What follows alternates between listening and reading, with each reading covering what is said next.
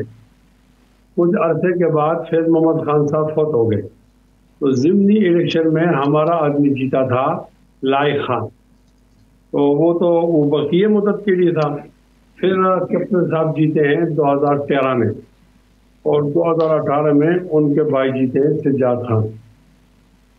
تو زیادہ تر یہ مسلم لیگ نون کے پاس تھی یہ سیٹ. یعنی آپ ایسا کہہ سکتے ہیں کہ زیادہ قبضہ ان کا رہا ہے. اور کیپٹن صفدر صاحب کی اگر وہ نہ بھی جیتے تو ایسی پوزیشن تھی کہ وہ جس کو آپ کہہ سکتے ہیں کہ سیکنڈ وزیر اعظم تھے. اگر وہ چاہتے تو تمام مسائل حل بھی ہو جاتے اور اس کو سونے کی چڑیا بنا سکتے تھے. یہ پوزیشن تو اس کو تھی, لیکن میرے خیال میں وہ اس سے فائدہ نہیں اٹھا سکے. مسائل تو ہیں, اس میں تو کوئی شک نہیں ہے, لیکن اس کا جو زیادہ انبار ہے اور بوجھ ہے وہ مسلم لیگ نون پر ہے. اور میں یہ سمجھتا ہوں کہ اگر وہ پہلے سے مسائل انہوں نے حل کیے ہوتے تو آج ان کو میاں نواز شریف صاحب کا ووٹ مانگنا آسان تھا. آپ جو میاں صاحب کا ووٹ ان کی مشکل ہے, وہ لوگوں کی ناراضگی ہے اور مسائل کا حل نہ ہونا ہے. اگر اللہ تعالیٰ نے مجھے موقع دیا تو میں تو یہ نہیں کہہ سکتا کہ میں پیرس یا فرانس بنا دوں گا, لیکن انشاءاللہ ان کانٹوں کو کم کر دوں گا اور کچھ انشاءاللہ عوام اور قوم کی بہتری اور ان کے مسائل اور ان کے دکھ درد میں کمی آ جائے گی. صحیح. زرگل خان صاحب, مفتی صاحب کا خیال ہے کہ زیادہ طاقت میں جو اس مانسرا سے رہی وہ مسلم لیگ نون, اور پھر انہوں نے واضح طور پر کہہ دیا کہ 2013 میں تو کیپٹن صفدر تھے تو وہ تو آلموسٹ ڈپٹی پرائم منسٹر تھے, حالانکہ deputy prime minister Ishaq Dar صاحب تھے, لیکن ظاہری بات ہے داماد تھے پرائم منسٹر کے اور بڑا کچھ کروا سکتے تھے. تو آپ اپنی توپوں کا رخ جو ہے وہ پی ایم ایل این کی طرف رکھیں. نہ یہ ٹھیک کہتے ہیں مفتی صاحب, ٹھیک کہتے ہیں. صرف ایک کریکشن میں کر رہا تھا کہ مولانا عبد المالک صاحب جب جیتے تھے جماعت اسلامی سے تو وہ بھی ان کا اتحاد تھا نا, 5 سال حکومت میں رہے تھے. اور باقی مفتی صاحب ٹھیک کہتے ہیں کہ زیادہ یہ نون والے ہی جیتے ہیں, نون والے ہی جیتے ہیں.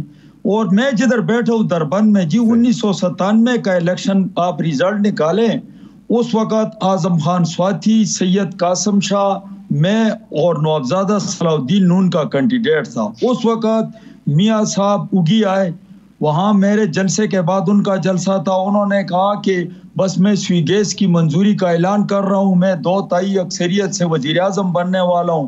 اس کے بعد وہ میرے گاؤں دربند آیا اور اس نے کہا کہ یہ دربند اتنی خوبصورت جھیل ہے, پہاڑ ہے, اور یہ سوئٹزرلینڈ ہے, اور ادھر میں گھر بناؤں گا. وہ آئے ہیلی کاپٹر میں اور ادھر تقریر کی اور کہا اس لڑکے کو ووٹ نہ دو. وہ کوئی چند 2000 یا 3000 ووٹوں سے مجھ سے جیت گئے. تو 1997 کو دیکھو اور اب دیکھو. تو میری تو مفتی کفایت اللہ صاحب سے گزارش ہے اور شہزادہ گستاسب صاحب سے کہ پلیز, یہ چونکہ میرا حلقہ ہے اور میں ایک مشن پر, میں جب 2002 میں MPA بنا میں نے اسمبلی میں آواز اٹھائی متاثرین تربیلا ڈیم کے لیے. تو انہوں نے کہا یہ سبجیکٹ جو ہے وفاقی ہے, یہ قومی اسمبلی میں اٹھانا چاہیے. اور پھر میں نے کہا جو پیسے آپ کو صوبے کو ملتے ہیں تو اس میں ہمیں ایسا دو. تو 10% ریالٹی جو ہے وہ میں نے منظور کرائی ہزارے کے لیے. جب میں کوستان سے بلا مقابلہ MPA بنا تو ہزارہ میں نے 2 ضلع اور 9 تحصیلیں بنائی. اب مفتی صاحب خفا نہ ہو, لیکن اس حلقے نے 15 کے ساتھ کچھ حلقہ مزید ڈوڈیال وغیرہ لگ گیا ہے جو مزید بڑا ہو گیا. تو وہ میرے لیے نیا تھا. ادھر میں گیا ہوں ڈوڈیال میں, تو وہاں لوگوں نے مجھے مطالبہ کیا کہ ہمارے لیے BHU بنانا ہے, گرلز پرائمری اسکول بنانا ہے, بوائے. میں نے کہا میں حیران ہوں کہ توڑغر باسمندہ علاقہ ہے, لیکن 1985 سے پہلے تو ادھر کچھ نہیں تھا. یہ تو 1985 میں میرا بھائی زرین گل MPA بنا اور پہلا اسکول, پہلی واٹر سپلائی, پہلے یعنی کام شروع ہوئے. تو ڈوڈیال میں تو 1956 میں منٹل اسپتال تھا جو خدا داد خان نے بنایا تھا. ڈوڈیال میں تو 1956 میں ایک نئی بہترین نظام تھا جو خدا داد خان نے بنایا تھا. وہاں شہرہ ریشم جو گزر رہی ہے وہ ذوالفقار علی بھٹو نے بنائی تھی. وہ ڈوڈیال سے مفتی صاحب بھی MPA رہ چکا ہے, شہزادہ گستاسب کئی بار رہ چکا ہے, وہاں سے شہزادہ گستاسب کا والد بادشاہ ہارون رہ چکا ہے. تو یہ سارے رہ چکے ہیں. تو وہ اتنا پسماندہ ہے تو یہ توڑغر کی پسماندگی کو کس طرح یہ دور کریں گے, جبکہ اگر اس ڈوڈیال سے اب میرا مداخل اگر کمپیئر کریں تو 1985 سے گزارش کر رہے تھے وہ تو مکمل کریں نا، جو آپ مفتی صاحب سے گزارش کر رہے تھے وہ کیا تھی؟ زمین کی شرارت سامنے آ گئی ہے. نہیں وہ کوئی گزارش کر رہے تھے نا، وہ کہہ رہے تھے کہ میری آپ سے اور شہزادہ صاحب سے میں کہتا ہوں کہ راستے سے یار جائیں میں جانو نواز شریف جانے. دیکھو جی پہلے مفتی صاحب وہ تو اسٹریٹ کہہ رہے ہیں کہ آپ دونوں میرے ساتھ مقابلے سے ہٹ جائیں. گستاصف کا چچا علیف خان آیا مجھ سے کم ووٹ لیا، تو یہ ہمیشہ بس خراب کر دیتے ہمیں. صحیح مفتی صاحب ایک چلیں آپ اس کا بھی جواب دے دیں. اور دوسرا یہ کہ آپ نے پی ایم ایل این نے آپ لوگوں سے کہا تھا کہ سیٹ ایڈجسٹمنٹ کر لیں کہ آپ ان کے مقابلے میں نہ آئیں، کچھ ایسی بات ہوئی تھی؟ نہیں یہ تو عجیب بات ہو گئی ہے نا، یہ تو ایک عجیب بات ہو گئی. اور لوگ الیکشن لڑ رہے ہیں، ہم تاریخ مرتب کر رہے ہیں، اور انشاءاللہ جو میں سرپرائز دوں گا وہ یہ کہ اس حلقے میں پاکستان کا غریب ترین آدمی مفتی کفایت اللہ امیر ترین آدمی کو انشاءاللہ ہرائے گا. تو یہ تاریخ ہے، اس تاریخ کو آپ مکمل ہونا تھا، تو اس کے لیے ہماری کمپین بھی چلا رہا ہے ہمارے کیپٹن صفدر صاحب. کیپٹن صفدر صاحب سے پوچھا گیا، مجھے جو معلومات ہیں کہ آپ کو ہزارہ ڈویژن میں کسی جماعت کی ضرورت ہے، تو انہوں نے کہا مجھے کوئی ضرورت نہیں، اور یہاں پر ہمارے درمیان کوئی ایڈجسٹمنٹ نہیں ہوئی. زرگل صاحب آپ کہہ رہے تھے آپ ایکسپلین کریں گے، پھر میں ممتاز سے بھی کمنٹ لیتا ہوں کہ یہ کیا واقعی کیپٹن صفدر صاحب خود اتنے کمزور تھے کہ زبردستی لے کے آئے اپنے سسر صاحب کو؟ جی زرگل صاحب. سر مجھے تو سمجھ نہیں آتی ہے، پچھلی دفعہ یہ ہوا کہ انہی دنوں میں کیپٹن صاحب کے خلاف کیس کا فیصلہ گیا اور میاں صاحب بھی گرفتار ہو گئے، کیپٹن صاحب بھی ہو گئے، تو وہ ایک مظلومیت سی بن گئی. جب مظلومیت بن گئی تو یہ ادھر کے لوگوں نے مظلومیت کے تحت ووٹ دیے، اور کیپٹن صاحب نے بھی کہا کہ ہم چونکہ مظلوم ہیں ووٹ دو، تو مظلومیت سے لوگوں نے اس کے بھائی جو کورنگ کینڈیڈیٹ تھا اس کو ووٹ دے دیے. اب سمجھ نہیں آ رہی، اب کہتے ہیں کہ میرا سسرال ہے اور وہ وزیر اعظم ہوگا. تو پہلے مظلومیت کے ووٹ لیے، اب اس کے لے رہے. میں تو تھک گیا ہوں، 36 سال سے یہ میں الیکشن لڑ رہا ہوں. اللہ کو انہوں نے کیا جواب دینا ہے کہ آخر ادھر سے نوابزادہ صلاح الدین جیت گیا، میں ہار جاتا ہوں، سیکنڈ آ جاتا ہوں. ادھر سے زرگل صاحب آپ الیکشن لڑے نا، ادھر سے محمد جیت جاتا ہے، پھر میں آپ اپنے زور بازو پہ الیکشن لڑے. انہوں نے ظاہری بات ہے انہوں نے اپنی کمپین چلانی ہے نا. تو نہ انہوں نے اللہ کو جواب نہیں دینے جو اس کے لیے راہ ہموار کر رہے ہیں. یہ تو یہ لوگ کر رہے ہیں. اگر زندگی ہوئی میں پھر لڑوں گا اور یہ پھر نہیں ہوں گے، نئے چہرے آ جاتے. اب شہزادہ گستاصف تو ابھی تک جے یو آئی میں تھا، مفتی صاحب بھی جے یو آئی میں، اوپر سے آ کر اس نے پی ٹی آئی کے لیے اپلائی کر دیا. تو یہ فراڈ ہے جی، یہ بالکل عوام کے ساتھ فراڈ ہو رہا ہے. مسلسل میں لڑ رہا ہوں، مسلسل لڑ رہا ہوں. تو آخر انہوں نے جواب نہیں دینا. آپ تو پھر مطلب مجاہد بن گئے ہیں، آپ لیڈر نہیں، آپ تو مجاہد ہیں جو باقاعدہ جہاد لڑ رہے ہیں. بالکل. ممتاز بنگش صحیح اپنے کہتے ہیں مفتی صاحب ایک اگر جواب دے رہے ہیں، وہ زرگل صاحب کہتے ہیں کہ اللہ کو جان نہیں دینی، مطلب چھوڑ دیں جان، یہ راستے سے ہٹ جائے. اب نون کا تو کبھی اتحاد کرتے، میں نے تو نون کے ساتھ کبھی بھی اتحاد نہیں کیا نا، کبھی بھی نہیں کیا. وہ کہتے ہیں کہ اگر آپ اگر نہیں ہوتے تو میاں نواز شریف اتنا مضبوط کینڈیڈیٹ نہیں ہوگا. بتائیں. نہیں وہ بات تو ان کی خیر اس طرح سے درست نہیں ہے. یہ میرے خیال میں اگر آپ دیکھیں 2013 کے الیکشن میں پاکستان مسلم لیگ نون کے ووٹ کی میں ذرا مفتی صاحب سے کمنٹ جو زرگل صاحب نے میں چاہ رہا تھا کہ مفتی صاحب دیکھو کمزوریاں میرے اندر بھی ہیں اور زرگل خان کے اندر بھی ہیں. اگر زرگل خان پی ٹی آئی کے ٹکٹ سے آتے جس طرح 2018 میں آئے تھے تو وہ مضبوط پوزیشن تھی. پارٹی کے بدلنے سے فرق تو پڑا ہے نا. اب یہ طے کرنا باقی ہے کہ وہ زرگل خان کا ووٹ تھا یا پی ٹی آئی کا ووٹ تھا. اگر وہ زرگل خان کا ووٹ تھا تو پھر پی ٹی آئی کدھر تھی، اور پی ٹی آئی کا ووٹ تھا تو زرگل خان کدھر تھا. ایسا ہوا کہ ایک آدمی نے 1.5 کلو گوشت لے لیا تھا، تو وہ گھر والوں نے پکایا ہوگا، تو ان سے پوچھا بھائی گوشت کدھر ہے، انہوں نے جواب دیا کہ وہ تو بلی کھا گئی ہے.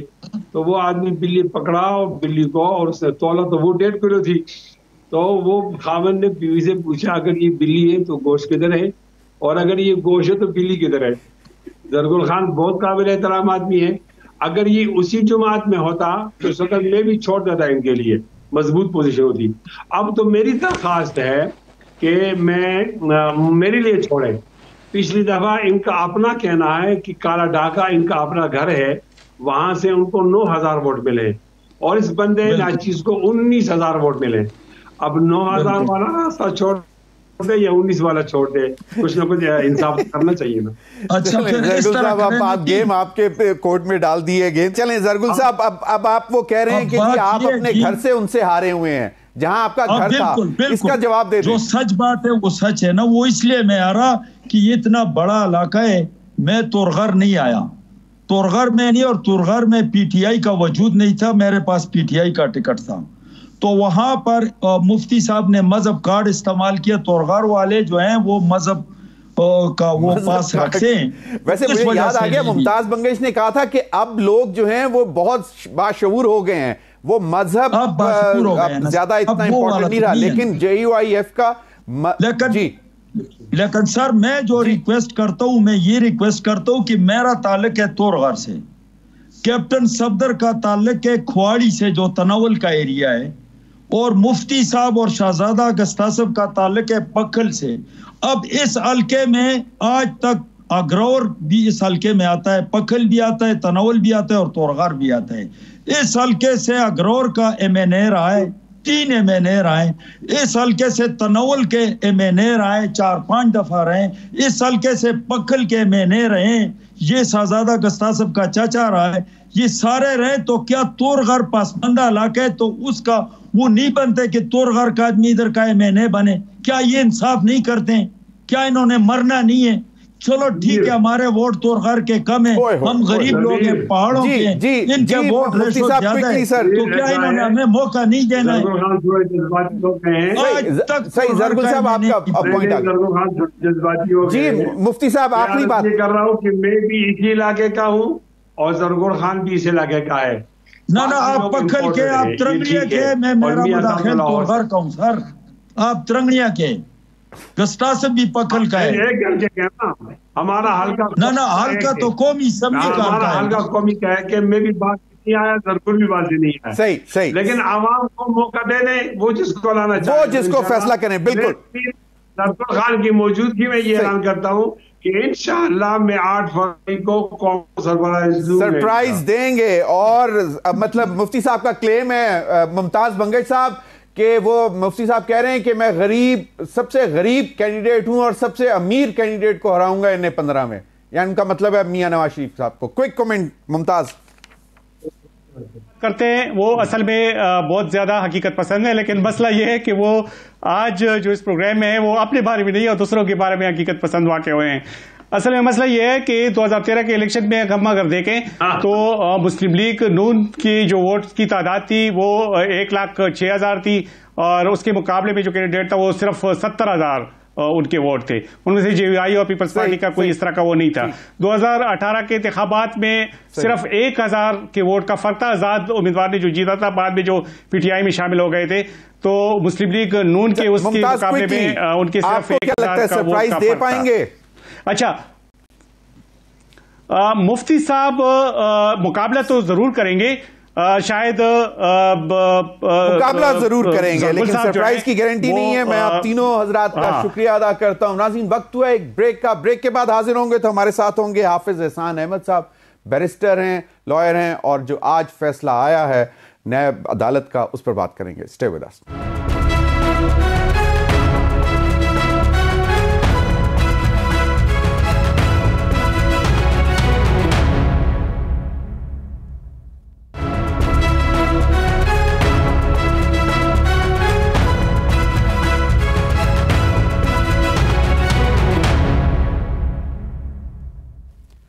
ویلکم بیک ناظرین ہمیں جوائن کیا ہے حافظ احسان احمد صاحب، سینئر لائر ہیں اور بڑے کیسز پہ جب بھی کوئی بڑا فیصلہ یا کوئی کیس چل رہا ہوتا ہے تو ہم ان کی رہنمائی حاصل کرتے ہیں.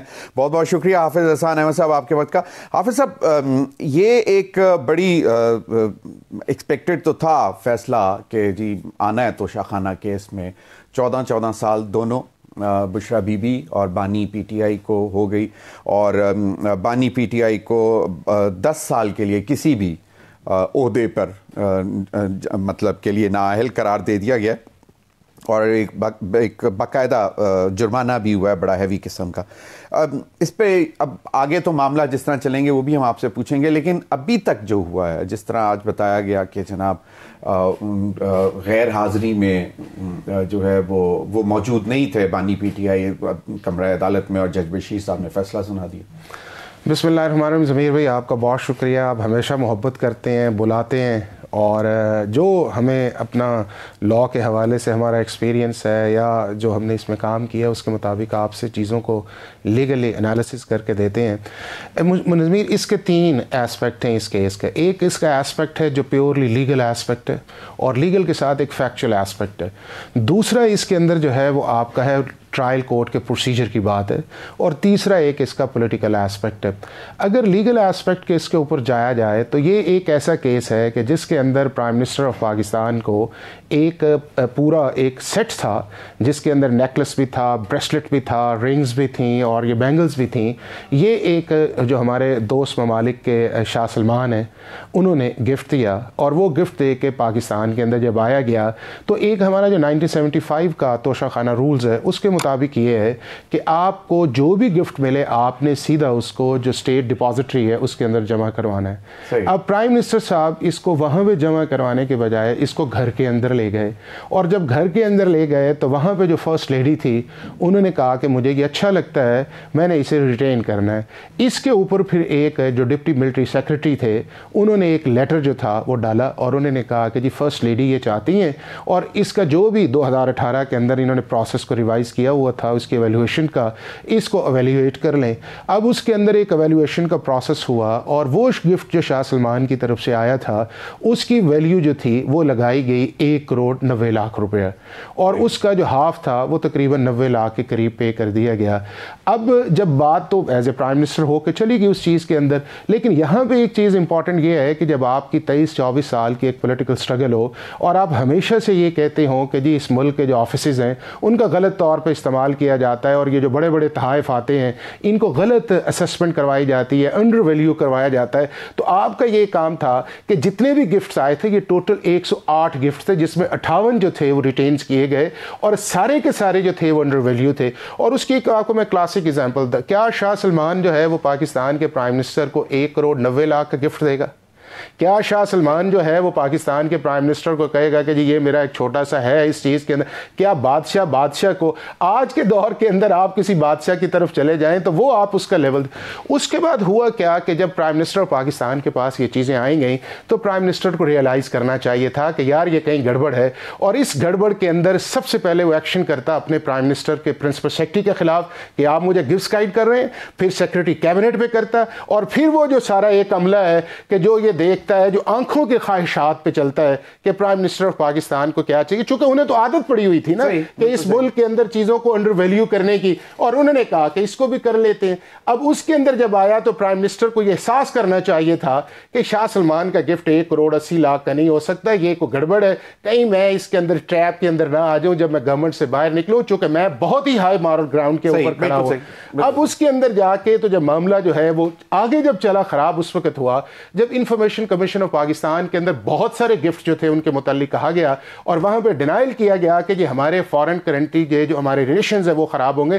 اور بدقسمتی کی بات ہے کہ یہ وہی گفٹ ہے جو چلتا چلاتا جو ہے وہ رپورٹڈلی واپس شاہ سلمان کی طرف پہنچ گیا، اور اس سب سے زیادہ امبیرس اس چیز کے اندر آیا کہ یار میں اس شخص کو ایک دے رہا ہوں، اور وہ شخص چلتا چلاتا جو ہے وہ واپس اسی کی طرف چلا گیا. اور بعد میں جب یہ سارا کیس بنا تو ایک نیریٹو لیا گیا، اور وہ تھا پولیٹیکل نیریٹو کہ جی یہ دیکھیں کہ لوگ 20% پہلے دیتے تھے, ہم نے 50% دی. کیا 50% جسٹیفائڈ ہے تھا اس اماؤنٹ کا؟ اب جب وہ کیس ریفرنس سٹیج کے اندر آیا گیا اور آپ کے سامنے وہ چیزیں آئیں, تو جب گورنمنٹ نے ایک اپنی ویلیو کروائی, اس ویلیو کرنے کے اندر پتہ تو سب کو تھا نا, پتہ تو ان کو بھی تھا جنہوں نے کیس بنایا, پتہ ان کو بھی تھا جن پہ کیس بنائے. اب یہ تھا کہ اس ایویڈنس کا ایک طریقہ کار تھا, اس طریقہ کار کے مطابق یہ رائٹ ہے اس ضمیر اس چیز کا کہ کراس ایگزامینیشن اکیوز کا ہونا چاہیے, اس کے بعد اس کا جو 3042 کی سٹیٹمنٹ ہے وہ ہونی چاہیے, چونکہ دو چیزیں اس کے اندر امپورٹنٹ ہوتی ہیں کہ جی آپ کے خلاف کیس کیوں کیا گیا اور آپ کا جواب کیا اس کے اندر ڈیفنس ہے, اور تیسرا یہ ہے کہ آپ اپنی وٹنس کو پیش کرنا چاہتے ہیں. اب انٹرسٹنگلی اس کے اندر کیا تھا کہ وٹنس تو نیا آنا ہی نہیں تھا, چونکہ وٹنس تو اس وقت آنا تھا یہ ہار ان کی کسٹڈی میں ہوتا یا سرکار کے پاس ہوتا. ہار تو جو ہے وہ شاہ سلمان کے پاس گیا چلا تھا کہ جس نے واپس سے لیفٹ رائٹ ہوتے ہوئے وہاں پہ چلا گیا. اب اس کے اندر یہ میں سمجھتا ہوں کہ پروسیجرلی جو ہے جج صاحب کو ہیسٹ نہیں کرنا چاہیے تھا. جج صاحب کہتے کہ ٹھیک ہے لائرز بھی آ جاتے ہیں, ہم ویٹ کر لیتے ہیں, 342 کی سٹیٹمنٹ جو ہے وہ پراپر آ جاتی ہے اور اس کے بعد جو ہے بحث ہو, دونوں سائڈز کرے اپنا کرے.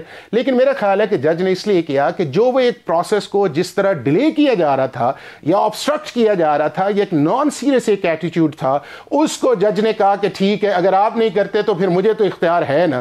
اور وہ آپ نے دیکھا کہ کل والے کیس کے اندر بھی آیا سائفر کے اندر کہ جب لائرز نہیں گئے پھر آپ کے 540 کے نیچے آیا. جب 540 کے نیچے آیا تو جب وہ لائرز آئے تو بجائے یہ کہا جاتا کہ جی ہم ان سے کراس ایگزامن کرواتے ہیں ہمارے پرائیویٹ وٹنس, انہوں نے کہا کہ نہیں ہم آپ پہ یہ اعتراض کرتے ہیں, آپ چونکہ ٹھیک بیٹھے ہیں. اس نے کہا ٹھیک ہے پھر میں آپ کی درخواست ریجیکٹ کرتا ہوں اور آپ اس چیز کو پروسیس کریں. مجھے correct me if I am wrong کہ یہ وہی جج محمد بشیر ہیں جن کی بانی پی ٹی آئی نے کسی زمانے میں بڑی تعریف بھی کی ہوئی ہے. دیکھیں جی یہ وہی ہیں کہ جنہوں نے اس ملک کے کئی پرائم منسٹر جو تھے ان کے کیسز کیے تھے, اور انہی پرائم منسٹر کے کیسز کے متعلق یہ جو پرائم منسٹر تھے وہ اپریشیٹ کیا کرتے تھے کہ یہ بہت اچھے ہیں. لیکن چیز یہ نہیں ہے کہ کرنا یا نہ کرنا. نہیں, وہ جو آپ نے کل کے جج کے اوپر اعتراض جو اٹھا رہے تھے نا, لیکن میں دیکھیں کے اوپر ایز سچ وہ اعتراض تو اٹھا نہیں سکتے. نہیں دیکھیں آج بھی اس چیز کے اندر آپ دیکھیں نا کہ دوسرے کیس ان پہ جو آیا وہ یہ آیا کہ جی کدھر ہے آپ لے کے, انہوں نے کہا جی میرا کمرے کے اندر پڑا ہوا ہے.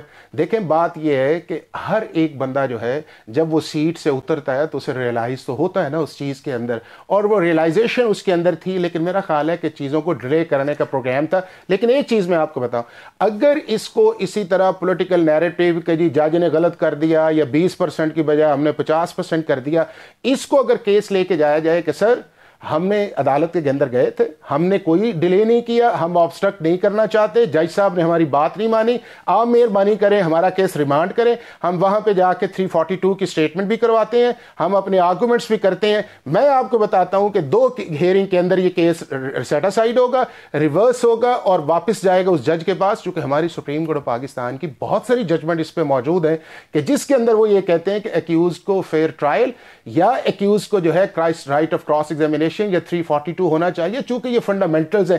انٹل کہ انلیس کہ بہت قسم کا گلیئرنگ نہ آ جائے کہ وہ آبسٹرکٹ کرے, اویز کرے, یہ سارا چیزیں کیس تو اس کے اندر اچھا بنتا ہے. لیکن اگر پولیٹیکل نیریٹو کو لے کے چلا گیا اور جس طرح پچھلے 4 کیسز کے اندر لے کے چلا ہے, چاہے الیکشن کمیشن کا پہلا کیس جس کے اندر پولیٹیکل نیریٹو پلس ایڈمیشن, پھر پولیٹیکل پارٹیز کا symbol, political narrative plus admission, cipher case political narrative plus admission, اور اس کیس کے اندر کہ جب 342 کی سٹیٹمنٹ کی باری تھی آج میں دیکھ رہا تھا کہ شاید سپریم کورٹ یا اسلام آباد ہائی کورٹ چلے گئے ہوئے ہیں کہ جی اخلاقیات کا خیال نہیں رکھا گیا.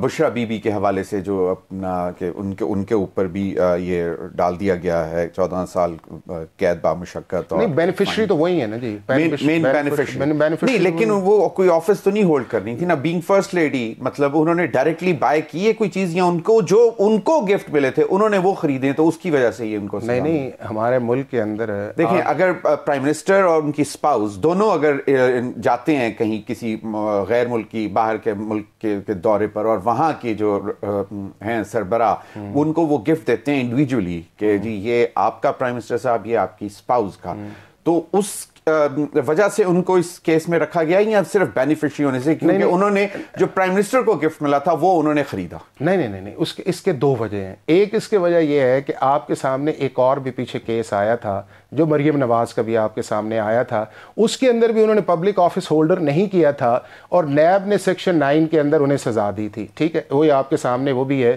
اور وہ جج بھی جو تھے وہ نیب کورٹ کے ہی تھے، ادھر آئے تھے. اس کیس کے اندر تھوڑا سا اور آگے، اس کیس کے اندر یہ ہے کہ ایک گفٹ آیا، اس گفٹ کو جو ہے وہ فرسٹ لیڈی کے لیے ڈیفینیٹلی انہوں نے دیا ہوگا، اور لیکن فرسٹ لیڈی کو کیا دینا ہوتا ہے، وہ اصل بیسیکلی آپ کے اسٹیٹ ڈگنیٹریز کو دیتے ہیں، کہ وہ ایز اے عمران خان یا ایز اے فرسٹ لیڈی نہیں دے رہے ہوتے، وہ آپ کے ملک کی عزت کرتے ہیں. اس کے لیے ہمارے رولز اینڈ ریگولیشنز کے اندر ایک تھوڑا سا ریلیکسیشن ہے کہ اگر آپ لینا چاہیں تو آپ اس کو لے لیں، بٹ اس کے اندر یہ ہے کہ آپ کی فے ویلیو، لیکن سب سے پہلے آپ اس کو ڈپازٹ کروائیں.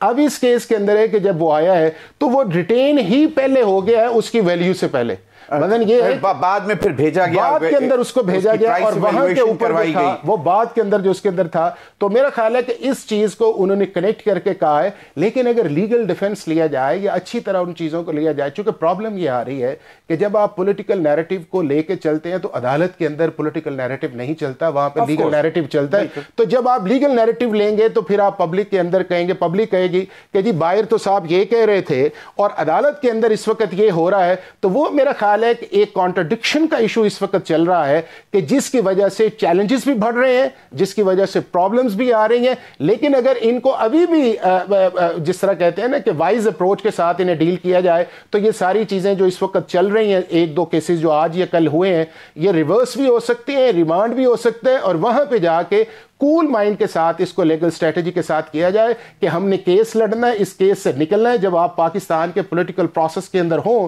اور پھر اس کے ساتھ ساتھ اتھارٹی اداروں کو بھی آپ چیلنج کریں جن کے سامنے آپ پیش ہوں، چاہے آپ کی سپریم کورٹ ہے، چاہے ہائی کورٹ ہے جس کے چیف جسٹس پہ سب سے زیادہ ڈسٹرسٹ ہے، یا الیکشن کمیشن ہے، تو پھر آپ کو بڑا کاشیس اور کانشیس ہو کے کوئی ایسا لوز بال نہیں کرنا چاہیے کہ جس سے اگلے کو موقع ملے کہ وہ آپ کے خلاف چیزیں پلے کریں. بالکل صحیح. حافظ حسین صاحب، اب یہ ایک توشہ خانہ پہلا کیس ہے جس میں سزا ہوئی ہے. میرے خیال میں مجھے تو نہیں یاد پڑتا، correct me if I am wrong, کہ پہلے کبھی توشہ خانہ کیس میں کوئی سزا ہوئی ہو یا کیس چلا ہو، مجھے نہیں یاد پڑتا پاکستان میں.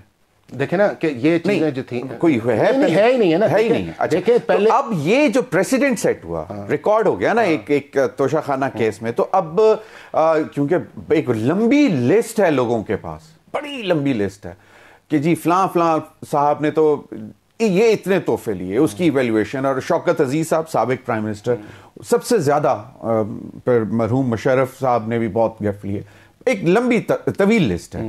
اب کیا وہ کیس بھی، مطلب اگر کوئی جاتا ہے ایک عام آدمی کہ کہتا ہے کہ جی میں چاہتا ہوں کہ یہ ان کی بھی ذرا ایویلویشن کے حوالے سے کیس کیا جائے، تو وہ ہو سکتا ہے. دیکھیں آپ نے ایویلویشن اس چیز کی کروانی ہے کہ جو آپ کے پاس ایک لائیو ایشو جو ہے وہ آپ کے پاس موجود ہو. ہاں ایک اس کے اندر یہ ہے کہ ابھی اس کے اندر جو جس طرح آپ نے کہا ہے نا کہ کچھ چیزوں کو سیٹ کرنا، وہ سیٹ نہیں ہوئی، ابھی بھی چیزیں سکاٹ فری ہیں، ابھی بھی صرف 2 اشخاص کو ہی اس کے اندر ٹارگٹ کیا گیا ہے.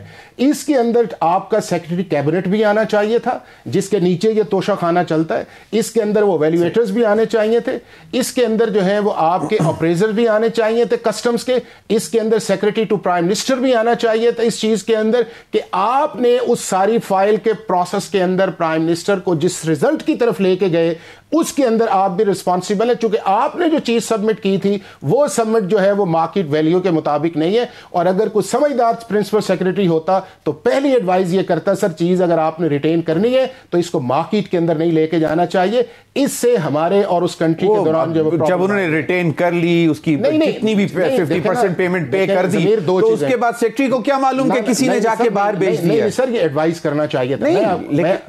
وہ تو ان کو اخلاقی طور پر اخلاقی نہیں ہے. میں یہ سمجھتا ہوں you are legally under compulsion کہ ایک ایسا گفٹ جو اسٹیٹ آیا جو آپ نہیں لے سکتے تھے انڈر دا رولز آپ نے لیا. میں اس پرائم منسٹر کی بات نہیں، میں اور بھی، لیکن اگلی جو چیز اس کے اندر یہ کہہ رہا ہوں کہ اگر وہ کر لیا تھا تو پھر اس کے اندر یہ تھا کہ یار اسے ہم نہیں لے کے، دیکھیں کوئی چیز چھپی تو نہیں رہتی نا، یہ کس طرح ممکن ہے. بٹ حافظ صاحب سیکرٹری کو کیسے، پرنسپل سیکرٹری کو کیسے معلوم ہوتا یا ملٹری سیکرٹری کو کیسے معلوم ہوتا کہ وہ چیز مارکیٹ میں بکنے کے لیے چلی گئی ہے؟ اس کے اوپر ایک نوٹ لکھ سکتا تھا کہ سر اگر آپ نے اسے ریٹین کرنا ہے اس کو آپ مارکیٹ کے اندر نہیں جا سکتے, یہ اسٹیٹ گفٹ ہے آپ اس چیز کے اندر.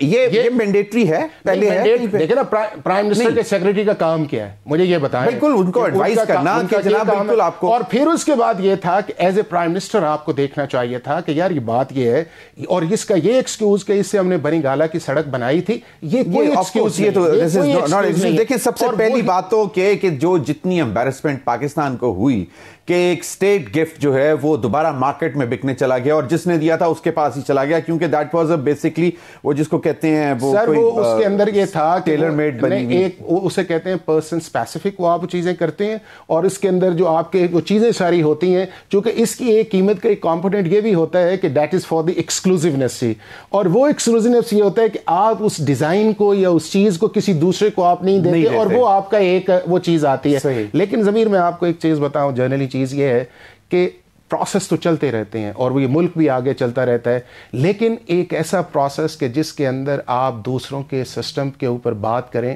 اور اسپیشلی اس چیز کے اندر کہ جس کے اندر یہ ہے کہ کل کو یہ چیز کوئی بھی اس ملک کا پرائم منسٹر یہ پرزیوم نہیں کر سکتا کہ وہ چیز جو اس نے کی ہو کل کو لوگوں کو نہیں پتا ملے گا, اور اگر اس چیز کا ہے تو اس کا احساس کرنا چاہیے. اور آپ کے سامنے یہ آیا کہ جب ایک فارمر پرائم منسٹر کا ایک وہ نیکلس ٹرکش والا تھا, اس کا کتنا آیا, کتنی بدنامی ہوئی, اور کن کن لوگوں نے, آپ اگر وہ ساری اسٹیٹمنٹس نکالیں تو آپ کو پتا چلے گا. اور ہوا کیا کہ اس کے پیسے بھی دیے گئے اور وہ ہار بھی پھر جو ہے آپ کے سامنے جو آیا. تو یہ اگر ساری اگزامپلس سامنے تھیں تو پھر آپ کو سوچنا چاہیے. لاسٹ کوسچن کوئکلی, ایک چیز ہے کہ جی کچھ چیزیں ہیں جو کہ بیسکلی توچہ خانہ سے خریدی جا سکتی ہیں, کچھ ہیں جن کو آپ خرید ہی نہیں سکتے, مثلا گاڑیاں.